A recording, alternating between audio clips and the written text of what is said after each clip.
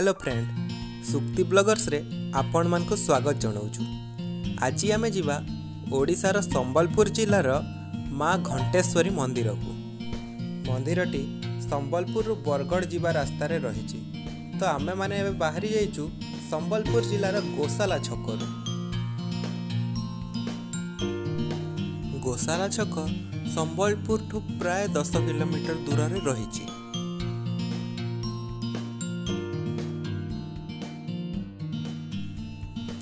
आपण गोशाला पहुँचवा पूर्वर ओम्फेड संबलपुर डायरी देखा पाइबे। यह आपण गोशालार लैंडमार्क मध्य नहीं पारिबे। आमे एबे गोशाला छक पहुँची जाइछे।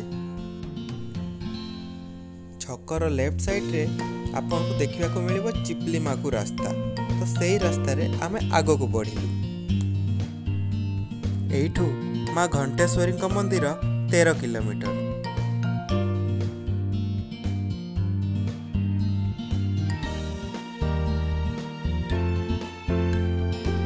दूररू आपण गेट देखि पारुथिबे, लिखाई माँ घंटेश्वरी टेम्पल चिपलीमा। तो आमे सही रास्ता रे आगो को बढ़िलु।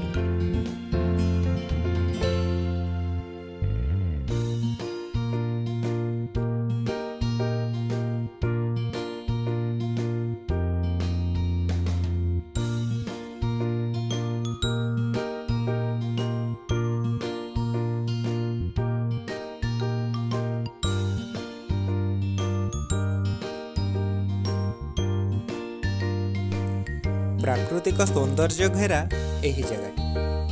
आपण माने एठी देखि पारुथिबे सबुज सुंदर पहाड़ तले महानदीर पानी। आपण मानकु एई जगहटी निश्चय भल लागिबो।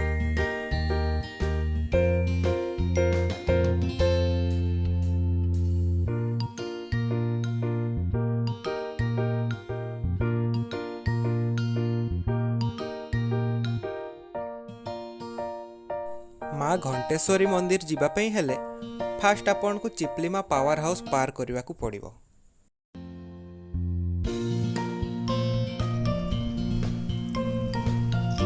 आपण माने एठी चिपलीमा हाइड्रो इलेक्ट्रिक पावर हाउस रो स्विच यार्ड देखि पारुथिबे। एठी 75 मेगावाट इलेक्ट्रिक बाहरे।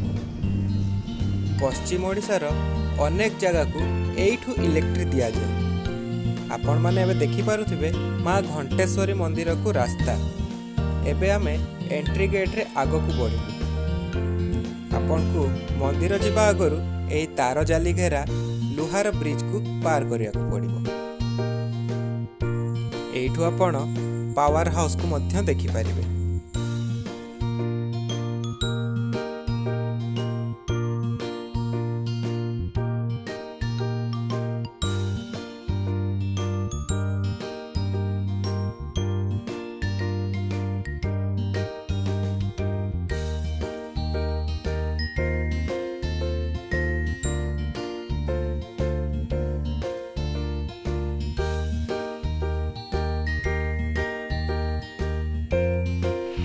एठी देखंतु आउ एक रोमांचकर दृश्य। पानीर शब्दरे आपणकर मन आहुरी खुशी होइजिबो।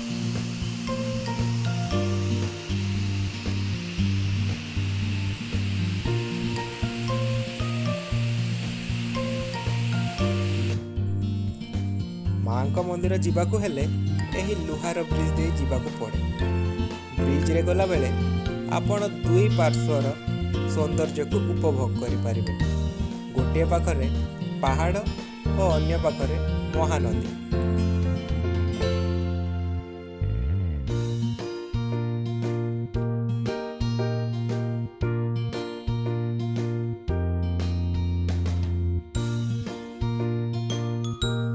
आपण देखि पारुथिबे रास्ताटी आहुरी पतला होई होई जाउछि।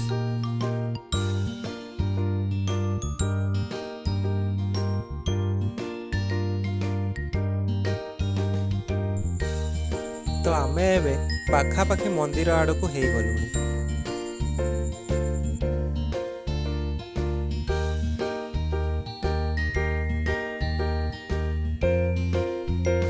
जदि आपण मानकु प्राकृतिक सौंदर्य उपभोग करने बहुत भल लगे तो यही जगहटी आपण मानक पई बेस्ट होई पारे।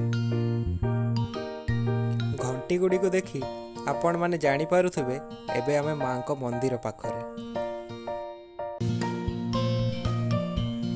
ତ ଏଇଠୁ ଆପଣମାନେ ମାଙ୍କ ପାଇଁ ଘଣ୍ଟି ଓ ପ୍ରସାଦ ମଧ୍ୟ ନେଇପାରିବେ।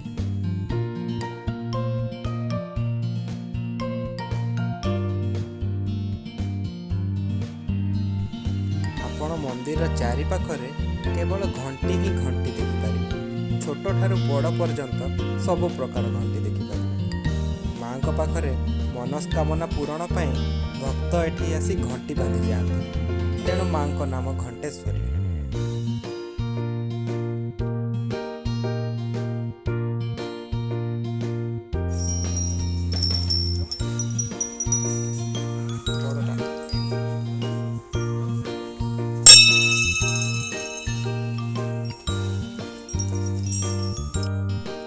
ଏଇଟା ହେଉଛି ମନ୍ଦିରର ମୁଖ୍ୟ ଦ୍ୱାର। ଚାଲନ୍ତୁ ମନ୍ଦିର ଭିତରକୁ ଯିବା।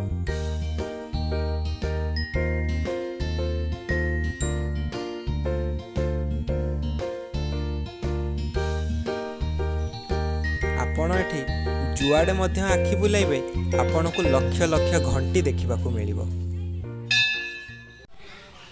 ଆମେ ଏବେ ମା ଘଣ୍ଟେଶ୍ୱରୀଙ୍କ ପାଖରେ ପହଞ୍ଚି ଯାଇଛେ। ଚାଲନ୍ତୁ ମାଙ୍କର ଦର୍ଶନ କରିବା। ମା ହେଉଛନ୍ତି ପ୍ରତ୍ୟକ୍ଷ ଠାକୁରାଣୀ। ସେ ଭକ୍ତର ମନ କଥା ବୁଝିପାରନ୍ତି। ତେଣୁ ଭକ୍ତମାନେ ଏଠି ଆସି ମାଙ୍କ ପାଖରେ ଗୁହାରି ଜଣାନ୍ତି।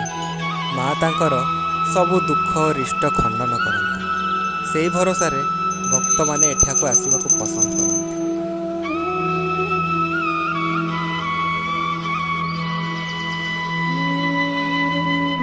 ମହାନଦୀ କୂଳରେ ମା ପୂଜା ପାଉଛନ୍ତି। ମନ୍ଦିର ପୂଜାରୀଙ୍କ ଠାରୁ ଜାଣିବାକୁ ପାଇଲୁ ଯେ ମହାନଦୀ ପାଣି ଭିତରୁ ମାଙ୍କର ଆବିର୍ଭାବ ହୋଇଛି। ଥରେ ଜଣେ ଭକ୍ତଙ୍କୁ ମା ସ୍ୱପ୍ନରେ ଆସି ଜଣାଇଥିଲେ ଯେ ସେ ମହାନଦୀ ପାଣି ଭିତରେ ଅଛନ୍ତି। ତ ଭକ୍ତ ଜଣଙ୍କ ମାଙ୍କୁ ପାଣି ଭିତରୁ ଆଣି ଶିଆଳି ଲତା ତଳେ ରଖି ପୂଜା ଅର୍ଚ୍ଚନା କରିଥିଲେ। ଆଶ୍ଚର୍ଯ୍ୟର କଥା ଏଇଟା ଯେ ମାଙ୍କର କୌଣସି ମନ୍ଦିର ନାହିଁ। ସେ ଖୋଲା ଆକାଶ ତଳେ ଆଜି ବି ପୂଜା ପାଉଛନ୍ତି। ଆଉ ଏଠି ଲକ୍ଷ ଲକ୍ଷ ଦାମିକା ଘଣ୍ଟି ଥାଇ ମଧ୍ୟ ଆଜି ପର୍ଯ୍ୟନ୍ତ କେବେ ଏଠାରେ ଚୋରି ହୋଇନାହିଁ।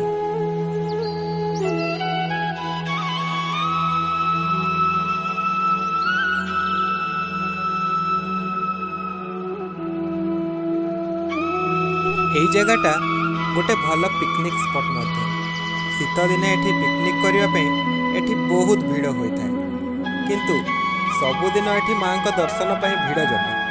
ଆପଣମାନେ ବର୍ଷ ସାରା ଯେକୌଣସି ସମୟରେ ମଧ୍ୟ ଆସି ମାଙ୍କର ଦର୍ଶନ କରିପାରିବେ।